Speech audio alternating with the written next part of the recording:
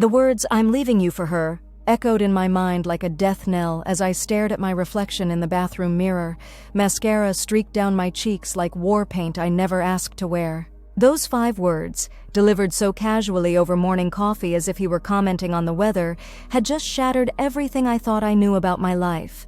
But looking back now, from my corner office on the 32nd floor, I realized they were actually the most expensive words Marcus ever spoke. They cost him everything and made me a millionaire. The morning it happened, I remember the way the sunlight hit our kitchen table. Our table that I'd picked out, that I'd saved for months to buy. The light caught the steam rising from his coffee mug, and for a split second, everything looked so normal, so perfect, the same way it had looked every morning for 3 years. I was scrolling through my phone, probably checking Instagram or responding to work emails, when his voice cut through the comfortable silence like a blade. The tone was different. Not the warm, sleepy voice I'd grown used to waking up beside. This was clinical, detached, the voice someone uses when they're discussing a business transaction. He said her name like it was precious, like it tasted sweet on his tongue. Sarah from his marketing department. Sarah with the long blonde hair and the laugh that carried across the office. Sarah, who had been texting him at all hours, whose messages I'd glimpsed over his shoulder and foolishly dismissed as work-related. My hands went numb first. That's what I remember most clearly, the way my fingers lost all feeling, like the blood had simply decided to abandon them. The phone slipped from my grasp and clattered onto the hardwood floor, the sound sharp and final in the suddenly suffocating silence. I asked him if he was serious, and the way he looked at me, like I was a problem he was tired of solving, told me everything I needed to know. He nodded, took another sip of his coffee, and explained it like he was giving a presentation. He'd been unhappy for months. We'd grown apart. Sarah understood him in ways I never could. She shared his ambitions, his vision for the future. The irony was that I'd been planning to tell him about my promotion that morning. The regional sales manager position I'd been fighting for, the one that came with a 30% salary increase, and the company car I'd been dreaming about. I'd even bought champagne the night before, hidden in the back of the fridge behind the leftover Chinese takeout. Instead, I sat there listening to him methodically dismantle our relationship like he was breaking down a PowerPoint presentation. He'd already found an apartment. He'd already told his parents. He'd already moved his clothes out.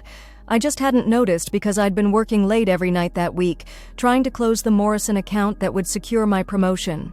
The Morrison account. Even now, the memory makes my chest tighten with a mixture of rage and satisfaction. But I'm getting ahead of myself. When he finished his little speech, Marcus stood up, straightened his tie, the blue one I'd bought him for his birthday, and kissed my forehead like I was a child being consoled after a scraped knee. He told me he'd be back for the rest of his things over the weekend, while I was at my sister's wedding. He'd planned it all so perfectly, so conveniently. No messy confrontations, no dramatic scenes. Just a clean, efficient extraction. After he left, I sat in that kitchen for hours. The coffee went cold, the sun moved across the sky, and I just sat there trying to process the fact that my entire life had just been rewritten without my consent. I kept thinking about Sarah, wondering what she had that I didn't. Was she funnier, prettier, better in bed? The questions circled in my mind like vultures, each one tearing away another piece of my self-worth. I called in sick to work that day, and the next. I couldn't imagine sitting in meetings, pretending to care about quarterly projections and market analysis when my world had just imploded. I spent those 2 days in a haze of tissues and ice cream, scrolling through Marcus's social media like a masochist, looking for clues I'd missed. The photos were all there, of course. Sarah at the company Christmas party, standing just a little too close to him. Sarah at the team building retreat, laughing at something he'd said. Sarah at the office happy hour, her hand on his arm. The signs had been there all along, written in pixels and poses, but I'd been too busy building my career to read them. That's when the first spark of something darker than sadness began to flicker in my chest. It wasn't quite anger yet. Anger would come later, burning hot and clean. This was something colder, more calculating. As I stared at those photos, at the evidence of their emotional affair playing out in public while I worked 60-hour weeks to build our future, I felt something shift inside me.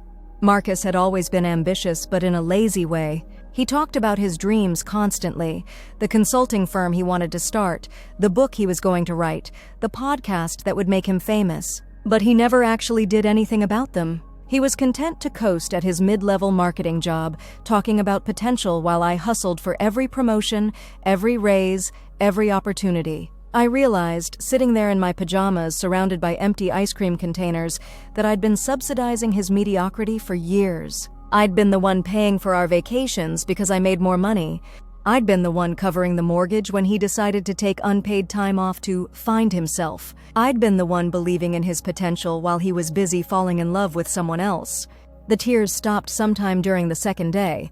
They just dried up like a well that had finally run empty. In their place came something else, a clarity that was almost frightening in its intensity. I stood up, threw away the ice cream containers, and took a long, hot shower. When I emerged, my reflection looked different, sharper somehow, more focused. I went back to work on the third day, walking into the office with my head high and my game face on. My colleagues asked how I was feeling, and I told them I was much better. Which was true in a way I was only beginning to understand.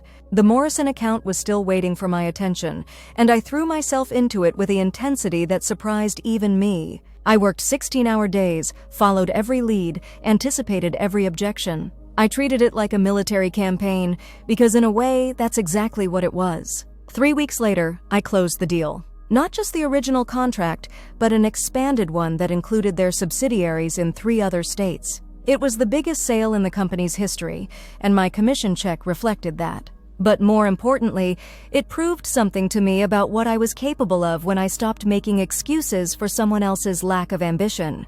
That's when I started planning. Not planning to win Marcus back. That ship had sailed the moment he chose Sarah over me. I was planning something much more satisfying.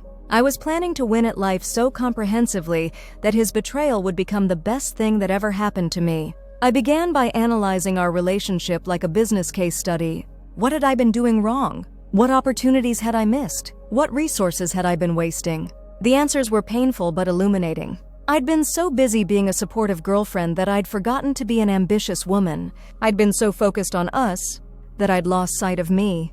Marcus had always been intimidated by my success, I realized. He'd made little comments over the years, jokes about me being the breadwinner that felt like compliments but stung like criticism.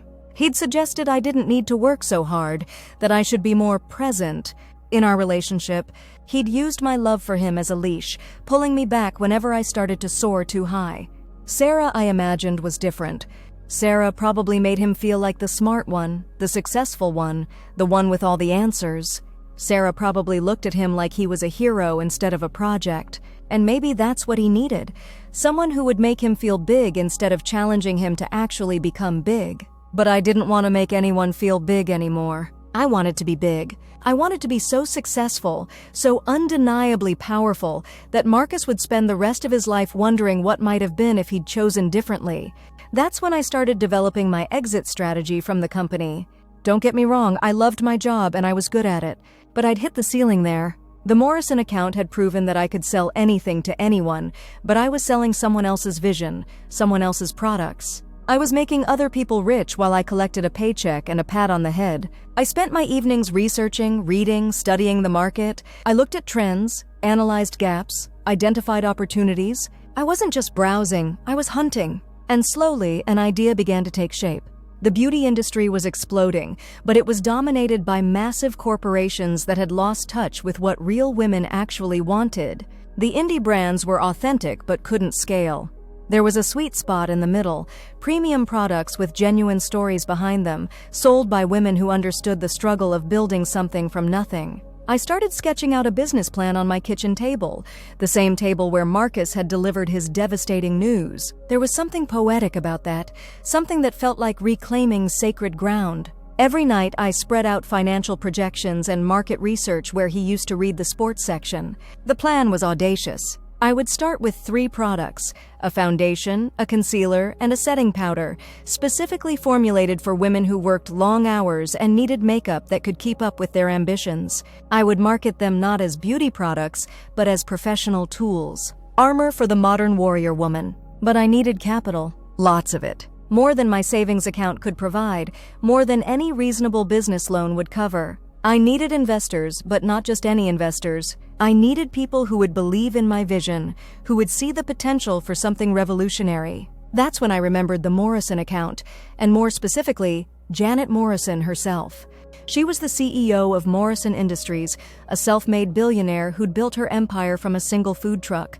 She'd mentioned during our negotiations that she was looking for investment opportunities in companies led by women. At the time, I'd filed that information away as interesting but irrelevant. Now it felt like destiny. I spent 2 months perfecting my pitch. I had samples made, focus groups conducted, financial models stress-tested. I researched Janet's investment history, her philanthropic interests, her public statements about supporting female entrepreneurs. I prepared for every possible question, every potential objection. The day I walked into Janet's office, I felt like I was walking into my future. She was smaller than I'd expected, but her presence filled the room like electricity. She listened to my pitch with the same intensity I'd seen her use during our business negotiations, asking sharp questions that cut straight to the heart of potential problems.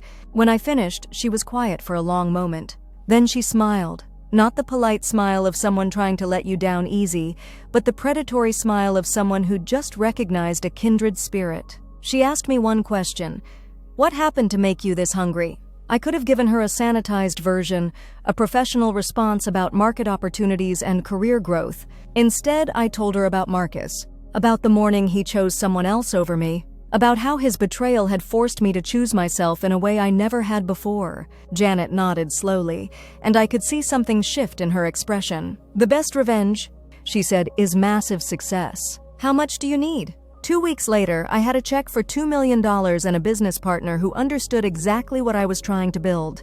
More importantly, I had someone who believed that a woman scorned wasn't just a cliché. She was a force of nature waiting to be unleashed.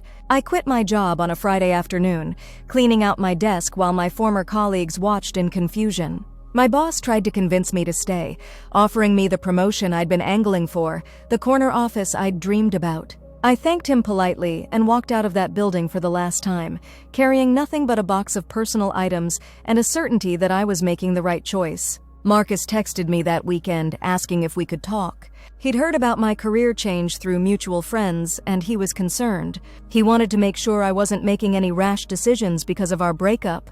The condescension in his message made my blood boil, but it also crystallized something important. He still saw me as someone who needed his guidance, his protection from my own poor judgment. I didn't respond. I was too busy changing my life to waste time managing his guilt. The first 6 months were brutal. I worked 18-hour days, 7 days a week, learning everything I didn't know about running a business. I made mistakes, expensive ones that kept me awake at night, questioning every decision I'd made. There were moments when I wondered if Marcus had been right, if I was being reckless, if I should have stayed safe in my corporate job. But every time doubt crept in, I remembered the way he'd looked at me that morning in the kitchen, like I was disposable, like I was easily replaced. The memory of that expression became my fuel, burning away uncertainty and lighting the path forward. The breakthrough came 8 months after I launched the company. A beauty influencer with 3 million followers discovered my foundation and created a video about makeup for boss babes who don't have time for touch-ups. The video went viral, and suddenly my carefully planned inventory was selling out faster than I could restock. I reinvested every penny of profit back into the business, expanding the product line, hiring staff, building the infrastructure to handle exponential growth. Janet introduced me to other investors, other successful women who saw something in my brand that reflected their own journeys. By the end of my first year, I had 12 employees and a 7-figure revenue stream. By the end of my second year, I was featured on the cover of Entrepreneur magazine as one of 30 under 30 women changing the game. The article included a photo of me in my office, surrounded by the products I'd created, wearing the confident smile of someone who'd bet everything on herself and won. That's when Marcus reached out again. This time it wasn't a text. It was a call, his voice warm and familiar and full of the charm that had once made my heart race. He'd seen the magazine article, he said. He was proud of me, he said. He'd always known I was capable of something like this, he said. The lies came so easily to him, so smoothly, that I almost admired the craftsmanship. He wanted to meet for coffee, to catch up, to celebrate my success. He missed me, he said. He'd made a mistake, he said. Sarah had turned out to be, well, different than he'd expected. I let him talk, listening to him rewrite our history in real time. In his version, he'd always been supportive of my ambitions. He'd always believed in my potential. Our breakup had been a mutual decision, a recognition that we'd grown apart but still cared about each other. When he finished his performance, I told him the truth, that his betrayal had been the catalyst for everything I'd achieved. That walking away from me had been the most expensive mistake of his life, because it had forced me to realize I didn't need him. I needed to believe in myself. The silence that followed was delicious. I could practically hear the wheels turning in his head as he processed what I'd just said. He started to argue, to explain that he'd never meant to hurt me, that he'd just been confused, that we could work things out. I hung up on him, not in anger but in something much more final than that, in complete and utter indifference. 3 years after that phone call, my company was acquired by a major cosmetics conglomerate for $50 million. I kept the brand, kept the control, but now I had the resources of a global empire behind me. The girl who'd been left crying in her kitchen was now running a division of a Fortune 500 company, traveling the world, speaking at conferences about entrepreneurship and resilience. I bought a penthouse apartment in the city with floor-to-ceiling windows that looked out over the skyline. I furnished it exactly how I wanted it, with no compromises, no negotiations, no need to consider anyone else's preferences. Every morning, I stood at those windows with my coffee, the good coffee, the kind I'd always wanted to buy but never did because Marcus thought it was too expensive, and watched the city wake up below me. That's where I was standing when I saw him for the last time. He was walking out of a coffee shop 3 blocks away, probably the same chain he'd always gone to because he was too lazy to explore better options. Even from a distance, I could see that he looked older, smaller somehow. His shoulders were rounded in a way I didn't remember, his gait less confident. I wondered if he ever thought about that morning in our kitchen, about the choice he'd made and the life he'd walked away from. I wondered if he knew that the woman he'd left behind had become someone he could never have imagined, someone who'd transformed his casual cruelty into rocket fuel for her own ascension. But mostly, I didn't think about him at all anymore. He'd become a footnote in my story, a minor character in the origin myth of my success. The man who'd thought he was writing my ending had actually written my beginning. I finished my coffee, put on my jacket, and headed to the office. I had a company to run, products to launch, dreams to chase. I had a life to live that was entirely my own creation, built on the ashes of who I used to be and the foundation of who I'd chosen to become. The words, "I'm leaving you for her," had once felt like a death sentence. Now they felt like a liberation. Marcus had done me the greatest favor of my life by showing me exactly what I was capable of when I stopped limiting myself to make someone else comfortable. He'd wanted to leave me for her, and I'd let him. But in doing so, he'd lost the chance to be part of something extraordinary. He'd chosen the easy path, the comfortable choice, the woman who would make him feel big without challenging him to actually become big. I'd chosen the harder path, the uncertain choice, the decision to bet everything on my own potential. And in the end, that made all the difference. Sometimes, late at night in my penthouse, I think about parallel universes. In one of them, Marcus never left. We got married, bought a house in the suburbs, had a couple of kids. I stayed at my corporate job, climbing the ladder slowly and carefully, never taking the risks that led to real reward. I became successful, but in a small way, a safe way, a way that wouldn't threaten anyone's ego or upset anyone's expectations. In that universe, I'm probably happy, content even,